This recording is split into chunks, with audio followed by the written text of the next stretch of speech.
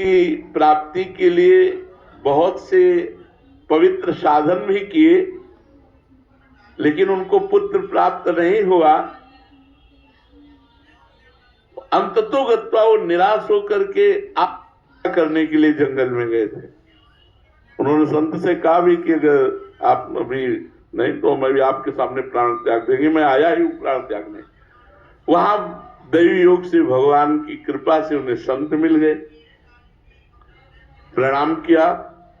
संत ने कहा आप उदास क्यों दिखाई दे रहे? बोले हमारे संतान नहीं है, सब कुछ है, सुंदर पत्नी है, वैभव है, सब है, संतान नहीं है। संतान ना होने के कारण मैंने बहुत से उपाय किए संतान प्राप्ति के, अब मैं निराश होकर के यहाँ क्या करने आया हूं? ऐसा जीवन किस काम का? घर में जाता हूं सब सुना सुना नजर आता है।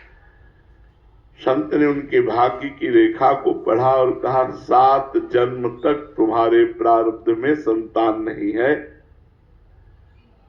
तो उन्होंने कहा हमें प्रारब्ध से मतलब नहीं, यदि आप संतान दे सको तो मैं जीवित रहूं, आप संतान न दे सको तो मैं शरीर पूरा करने आया हूं, अभी आपके सामने ही कर लूंगा। संत ने कहा तो बहुत विचित्र बात हो गई। तो लो फिर अपने तपोबल से एक फल प्रदान किया और कहा यदि आपकी पत्नी ये फल पा लेंगी तो बड़ा सुशील सद्गुण संपन्न भगवान का प्रिय भक्त प्रकट होगा। बड़े प्रसन्न हुए। देखो प्रारब्ध का खेल। फल लेकर के आए और अपनी पत्नी धुंधुली से कहा कि ये फल आप पा लीजिए, संत भगवान ने प्रदान किया, इससे पुत्र अवश्य होगा। वो थोड़ा विपरीत चिंतन करने वाली थी। उन्होंने सोचा अभी मैं जितना खाती हूं उतना नहीं खा पाऊंगी क्योंकि पेट बढ़ जाएगा, फिर चलना फिरना मुश्किल होगा, और विविध प्रकार की विपरीत भावनाएं वो करके फल को रख दिया। इतने में उनकी बहन आ गई और बहन भी उनसे कम नहीं थी विपरीत भावना सोचने में। उन्होंने दोनों ने सलाह किया और कहा परीक्षा के लिए ये फल गाय को पवा देते हैं। देखो प्रारब्ध ने कैसा मारा झटका कि सिद्ध महापुरुष के द्वारा दिए हुए फल को गाय को खवा दिया। और बहन ने कहा मैं गर्भवती हूं, आप गर्भवती का नाटक कीजिए, जब हमारे संतान होगी मैं आपको पहुंचा दूंगी, आप अपने पति से हमें धन दिला दीजिएगा, बात बन जाएगी। तो गाय से गोकर्ण जी प्रकट हुए और उनकी बहन से जो पुत्र लिया धुंधुली ने तो अपने नाम के अनुसार धंधकारी रखा, जो महान पातकी और दुष्ट आचरण वाला, जिसके लिए श्रीमद् भागवत का श्रवण गोकर्ण जी ने कराकर और उसे मुक्त किया।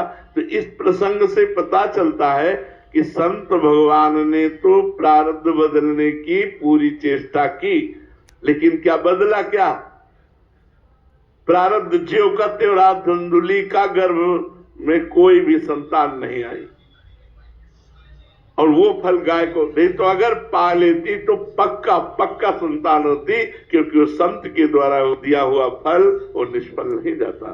तो प्रारब्ध अगर प्रबल हुआ तो ऐसा भी हो सकता है कि वो भ्रमित कर दे और संत की आज्ञा का उल्लंघन हो जाए। बकाया अगर संत चाहें तो हो सकता है, क्योंकि तप में बड़ी ताकत होती है। तप अगर संत के पास एकत्रित है और वो चाहे तो प्रारब्ध के किसी के भी प्रारब्ध को विध्वंस कर सकता है। पर प्रायः संत जन भगवान के यंत्र होते हैं, जैसा भगवान इशारा करते हैं वैसा ही करते हैं, नहीं तो उनका कोई संकल्प विकल्प नहीं होता, और संकल्प विकल्प रहित महापुरुष होते हैं। पर संतों के दर्शन से भगवान में प्रीति होना यह सही फल है। संत संग अपवर्ग कर, संतों का संग मोक्ष के लिए है, संतों का संग भगवत प्रेम के लिए है।